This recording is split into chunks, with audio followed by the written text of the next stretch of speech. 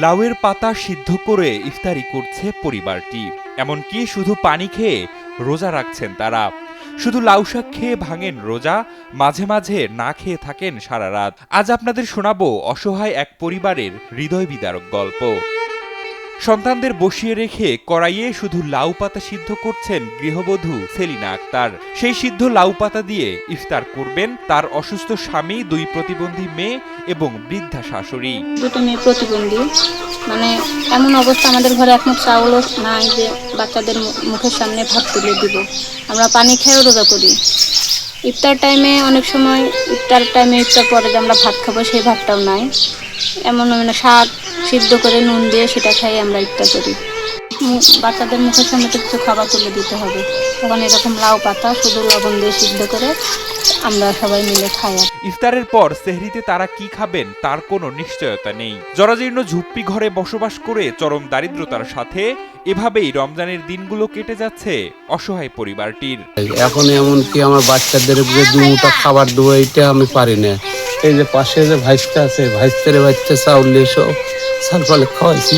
চারপাশে যখন বাহারি ইফতারের আয়োজন, তখনও এই পরিবারটি দুমুঠো খাবার জোগাড় করতে পারেনি। অভাব অনটনের কারণে কখনো শুধু পানি খেয়ে, আবার কখনো শাক পাতা, কখনো আবার সাদা ভাত খেয়ে সেহরি ও ইফতার করতে হচ্ছে সেলিনা বেগম, তার স্বামী ও সন্তানদের।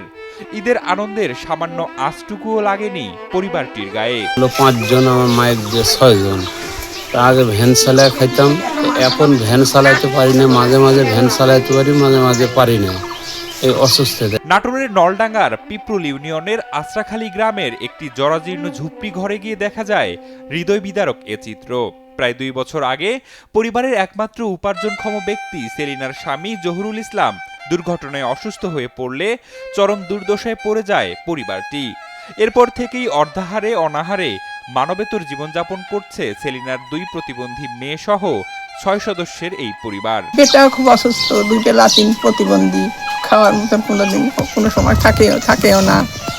পাতা এই ঘাসাক পাতা তুলে দিন পর যায়, রোজা যাচ্ছে। আমি সালপালে থাকি ভাই, আমি খুব কষ্টে আছি ভাই। বর্তমানে সেলিনার পরিবারে সকলের জীবনে নেমে এসেছে অন্ধকার।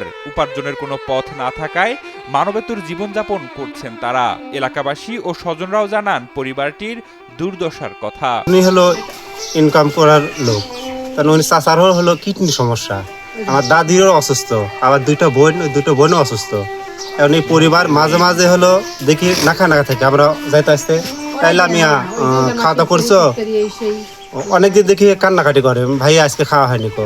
তারা একই সমস্যা, কাজ কাম করতে পারে না। 2টা মেয়ে আছে, 2টাই প্রতিবন্ধী, একবারে ছোট থেকে হওয়ার পর থেকে। সংসারের পরিস্থিতি ভালো না। ওই যে দাদি আর বাড়ি চালিয়ে এসে দেয়, রোজার মাসে আমার দেওয়ারে ইফতারি করাছে। তবে পরিবারটির চরম দারিদ্রতার কথা শুনে কিছু সহযোগিতা দিয়েছেন স্থানীয় এক জনপ্রতিনিধি। এখানে মানে একটা অসহায় পরিবার, যার 2টা মেয়ে, 2টাই মানে প্রতিবন্ধী, এবং তারা নাকি ইফতার করতেছে মানে লাউয়ের পাতা দিয়ে। এই বিষয়টা জানার পরে খুবই খারাপ লাগলো। আসলে এটা তো আসলে সিয়াম সাধনার মাস, সামনে ঈদ। আমরা এই ঈদটাকে যেন সবাই আমার মানে যার যার জায়গা থেকে এইভাবে অসহায় পরিবারের পাশে দাঁড়িয়ে যেন আনন্দ উপভোগ করতে পারি। অনিশ্চিত ভবিষ্যৎ আর অভাবের চরম বাস্তবতা সেলিনার জীবনকে করে তুলেছে অসহায়। প্রতিবন্ধী 2 সন্তান এবং অসুস্থ স্বামীকে নিয়ে দুবেলা খেয়ে পরে বেঁচে থাকার স্বপ্ন আজ যেন দুঃস্বপ্নে পরিণত হয়েছে। তাই সমাজের বিত্তবানরা যদি এই পরিবারটির দিকে সাহায্যের হাত বাড়িয়ে দেয়, তাহলে পরিবারটি দুবেলা দুমুঠো ভাত খেয়ে বেঁচে থাকতে পারবেন বলে জানান সেলিনা ও তার স্বজনরা। অন্যের কাছে হাত না পাততে হয়, নিজেদের যেটুকু প্রয়োজন সেটা যেন মিটাতে পারি। একটা ঘর হলে বা ওই ঘরে মানে দোকান যদি আমরা মূর্খ মানুষ, অত মানে বিষয়ে বলতেও পারি না। যেটা ভালো হয় করলে আপনাদের কাছে আমাদের দাবি, সেটা আপনারা করেন।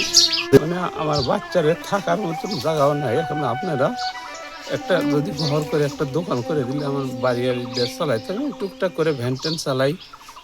আর